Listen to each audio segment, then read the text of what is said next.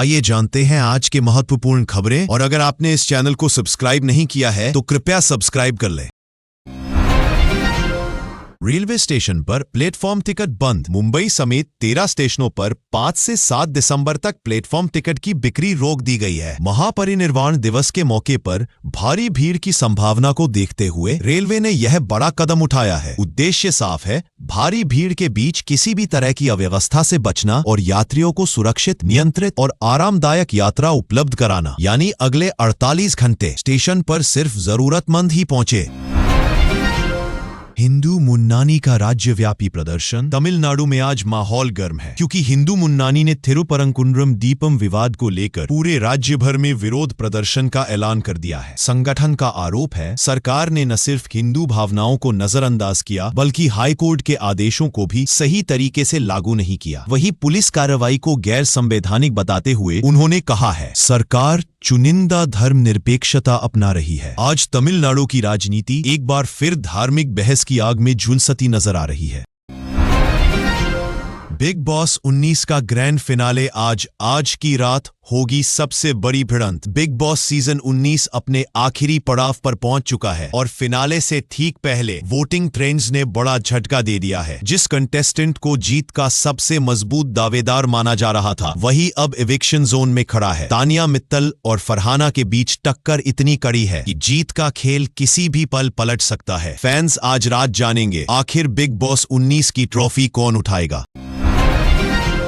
Guwahati masters badminton tournament अंतिम दिन। असम के गुवाहाटी में चल रहा गुवाहाटी मास्टर्स 2025 आज अपने निर्णायक दिन में प्रवेश कर चुका है। 2 दिसंबर से शुरू हुआ यह अंतर्राष्ट्रीय टूर्नामेंट बैडमिंटन वर्ल्ड फेडरेशन और भारतीय बैडमिंटन संघ द्वारा आयोजित दुनिया के टॉप खिलाड़ियों के लिए एक महत्वपूर्ण मंच है। आज का दिन तय करेगा कौन बनेगा इस साल का चैंपियन और किसकी मेहनत इतिहास में दर्ज होगी।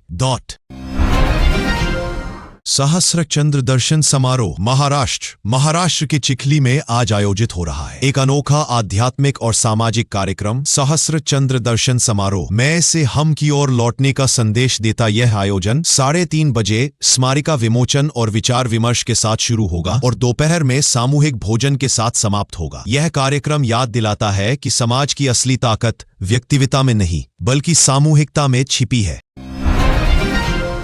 बेंगलुरु में हैप्पी स्ट्रीट्स कार्यक्रम। बेंगलुरु की सड़कों पर आज सुबह एक अनोखा नजारा, जहां गाड़ियों की स्पीड की जगह लोगों की मुस्कान दौड़ रही है। राजराजेश्वरी नगर में हैप्पी स्ट्रीट्स एक ऐसा आयोजन जहां सड़कें 3 घंटे के लिए सिर्फ लोगों की हो गई। योग, ध्यान, फिटनेस, डांस, लाइव म्यूजिक और पूरा शहर एक उत्सव में बदलता दिखाई दिया। इसका मकसद है शहर की सड़कों को वापस लोगों के लिए खुला करना, ताकि जिंदगी सिर्फ ऑफिस और ट्रैफिक तक सीमित न रहे।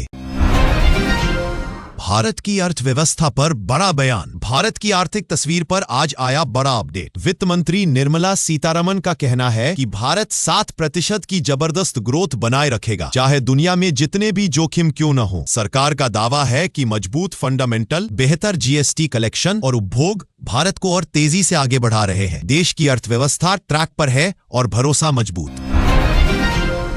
इंडिगो पर बड़ी कार्रवाई, यात्रियों को राहत। इंडिगो में 5 दिन से जारी उड़ान संकट के बाद आखिरकार सख्त हो गई। केंद्र ने आदेश दिया है कि इंडिगो अपनी सभी पेंडिंग रिफंड्स को 7 दिसंबर तक क्लियर करे। इसके साथ ही घरेलू फ्लाइट्स पर हवाई किराए को नियंत्रित करने के निर्देश भी जारी कर दिए गए हैं, ताकि यात्रियों को लूट से बचाया जा सके। सवाल ये है, दुनिया की सबसे बड़ी एयरलाइनों में गिनी जाने वाली इंडिगो आखिर ऐसे संकट में कैसे फंस गई। अमित शाह का बड़ा दौरा। अहमदाबाद को 1500 करोड़ की सौगात। गुजरात के अहमदाबाद में आज होगा बड़ा बदलाव। केंद्रीय गृह मंत्री अमित शाह करेंगे वास्त्रापुर लेक के रीडेवलपमेंट का शुभारंभ। साथ ही लगभग 1500 करोड़ रुपए के नए विकास प्रोजेक्ट्स भी जनता को सौंपे जाएंगे। शहर में इंफ्रास्ट्रक्चर और सुविधाओं का नया अध्याय आज से शुरू।